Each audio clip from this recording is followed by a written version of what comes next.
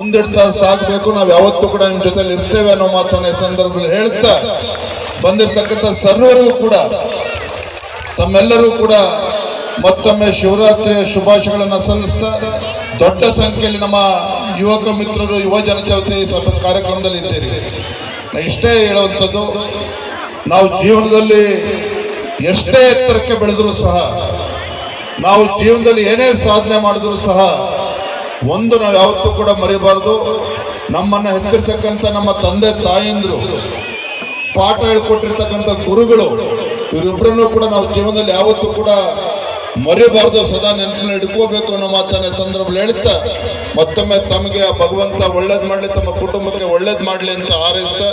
ಬಂದಿರ್ತಕ್ಕಂಥ ಎಲ್ಲರೂ ಕೂಡ ಶಿವರಾತ್ರಿಯ ಶುಭಾಶಯಗಳನ್ನ ಸಲ್ಲಿಸ್ತಾ ನನ್ನ ಮಾತನ್ನು ಮುಗಿಸ್ತಾ ಇದ್ದೇನೆ.